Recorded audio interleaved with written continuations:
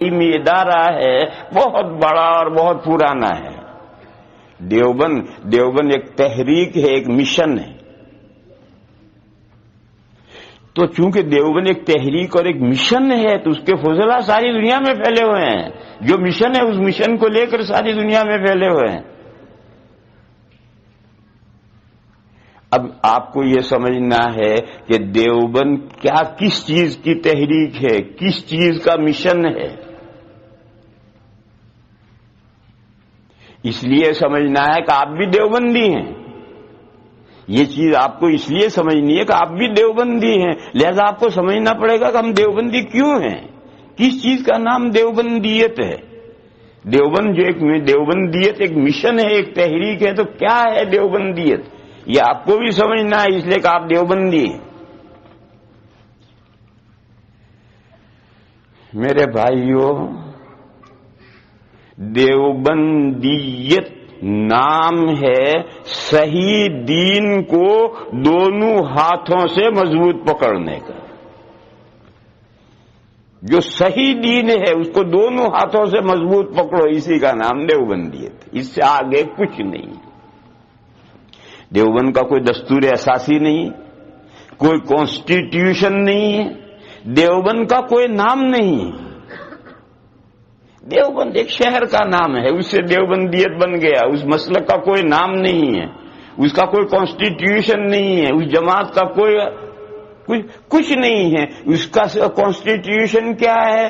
یہ قرآن اور یہ سنت، یہ قرآن اور یہ سنت، یہی دیوبند کے دستور اساسی ہے۔ اس قرآن و سنت کو سمجھنا اور اس کو سمجھنا آج کے لوگوں کے مائنڈ سے سمجھنا نہیں، آج کے لوگوں کے مائنڈ سے سمجھنا نہیں۔ دور اول سے چلو، صحابہ سے، تابعین، تابعین، یوں نیچے اترتے آؤ، یہ جو دور اول کے لوگوں نے قرآن و حدیث کو جس طرح سے سمجھنا ہے اس طرح سمجھنا، آج کے مائنڈ سے نہیں، اولڈ مائنڈ سے سمجھنا۔ اولڈ مائنڈ کس کا؟ صحابہ کا، تابعین کا، تابعین کا۔ اس کے بعد جو محدثین، فقہا، علماء، مجتہدین گزرے، چاہے لمبے زمانے سے چلے آ رہے ہیں، انہوں نے قرآن و حدیث کو کس طرح سمجھا ہے، اس سمجھے ہوئے کو لینا۔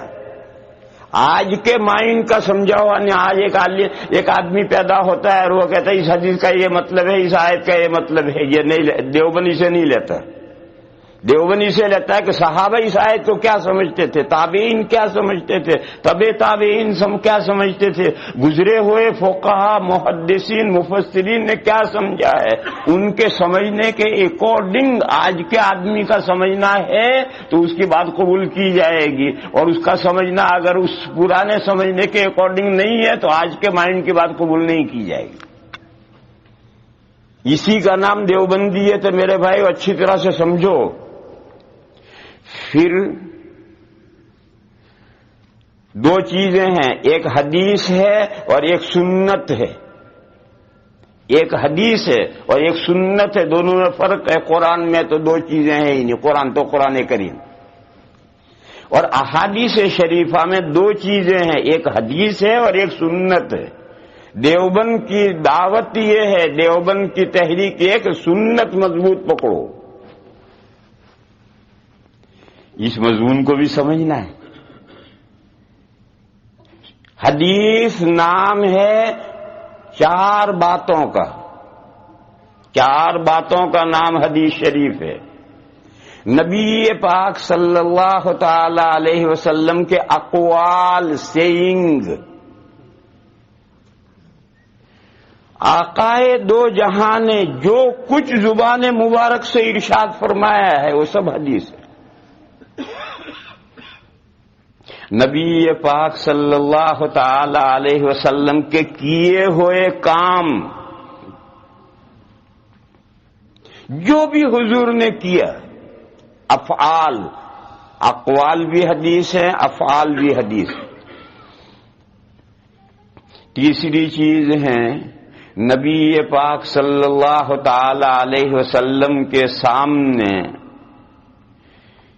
کسی صحابی نے، کسی مسلمان نے کوئی کام کیا، نبی پاک صلی اللہ تعالی علیہ وسلم کے علم میں آیا، حضور نے سنا یا اپنی آنکھ مبارک سے دیکھا کہ فلاں صحابی نے یہ کام کیا اور حضور نے اس پر نکیر نہیں کی، اس کام کو برقرار رکھا، اس کا نام ہے تقریر اور تائید۔